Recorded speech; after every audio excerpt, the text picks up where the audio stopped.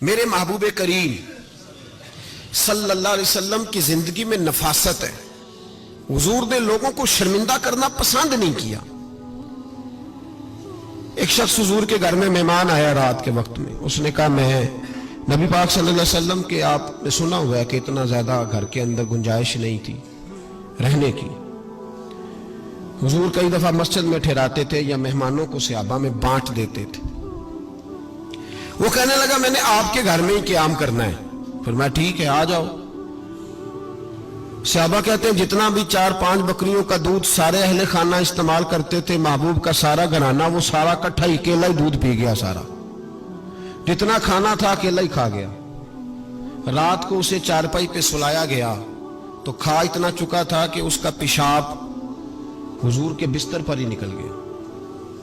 وہ جب آلودہ ہوا تو شرمندہ ہوا, اٹھ کے بھاگ گیا. کسی نے دیکھ لیا تو کیا بنے گا. کہتا ہے میں جب کنویں پہ گیا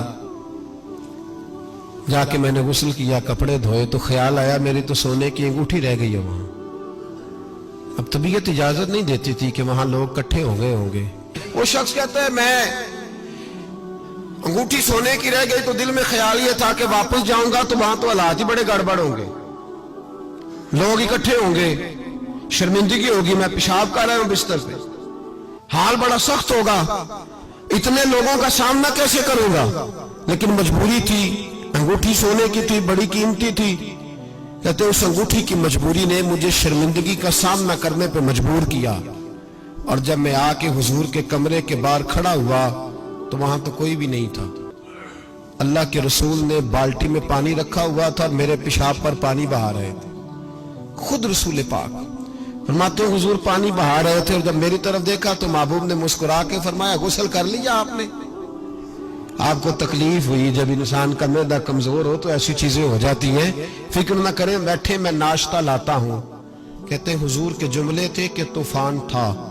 وہ حضور کی گفتگو تھی کہ میرے اندر کی ہر چیز بجھاتی جا رہی تھی. تیری پہلی نظر کا وار توبہ, دل اب تک دعائیں دے رہا ہے. فرماتے ہیں وہ جملے تھے کہ سختہ کر گئے, تزکیہ کر گئے, تصفیہ باطن کر گئے. محبوب یہ کہہ کہ گزرنے لگے تو میں نے بازو تھام لیا. میں نے کہا محبوبہ میں زیادہ پڑھا لکھا تو نہیں, سیانا تو نہیں, زیادہ کھانے والا موٹا تازہ آدمی ہوں.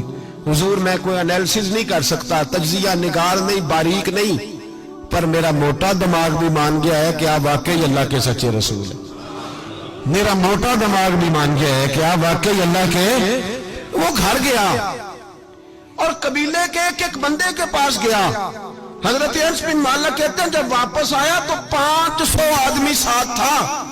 کہنے لگا سونیا میں اکیلا نہیں آیا, ساری برادری سارا قبیلہ لایا ہوں اور سب کو میں نے بتایا ہے کہ دنیا میں جسے میں دیکھ کے آیا ہوں ایسا تم نے کبھی نہیں دیکھا ہوگا, جس کی میں زیارت کر کے آیا ہوں ایسا نہیں تم نے دیکھا ہوگا.